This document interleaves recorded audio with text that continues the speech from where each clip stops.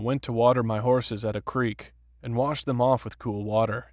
Then took a swim myself. I came back to the camp afoot. When I got near my lodge, I looked toward Sitting Bull's camp. I saw a great dust rising. It looked like a whirlwind. Soon, a Sioux horseman came rushing into camp, shouting, "Soldier, come!" Plenty white soldiers.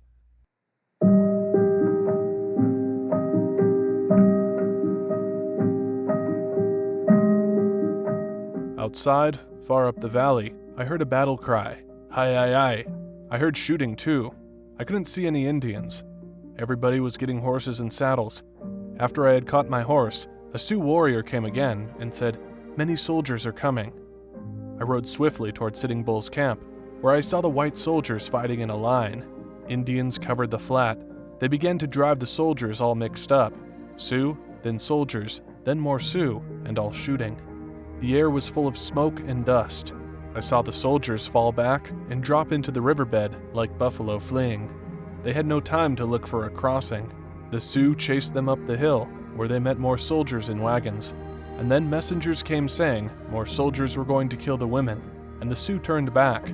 Chief Gall was there fighting. Crazy Horse also. I then rode toward my camp and stopped squaws from carrying off lodges. While I was sitting on my horse, I saw flags come up over the hill to the east. Then the soldiers rose all at once, all on horses. They formed into 3 branches with a little ways between. Then a bugle sounded, and they all got off horses, and some soldiers led the horses back over the hill. Then the Sioux rode up the ridge on all sides, riding very fast. The Cheyenne went up the left way.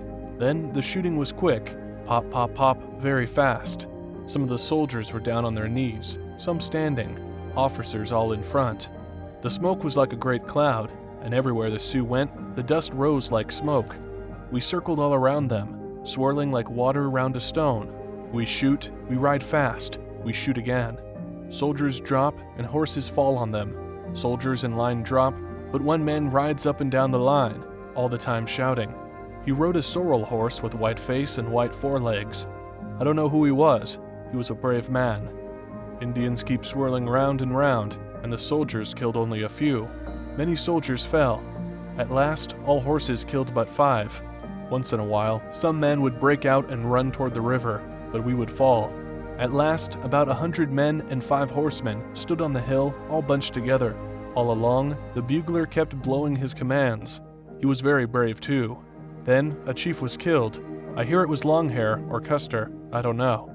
And then 5 horsemen, and the bunch of men, maybe 40, started toward the river. The man on the sorrel horse led them, shouting all the time.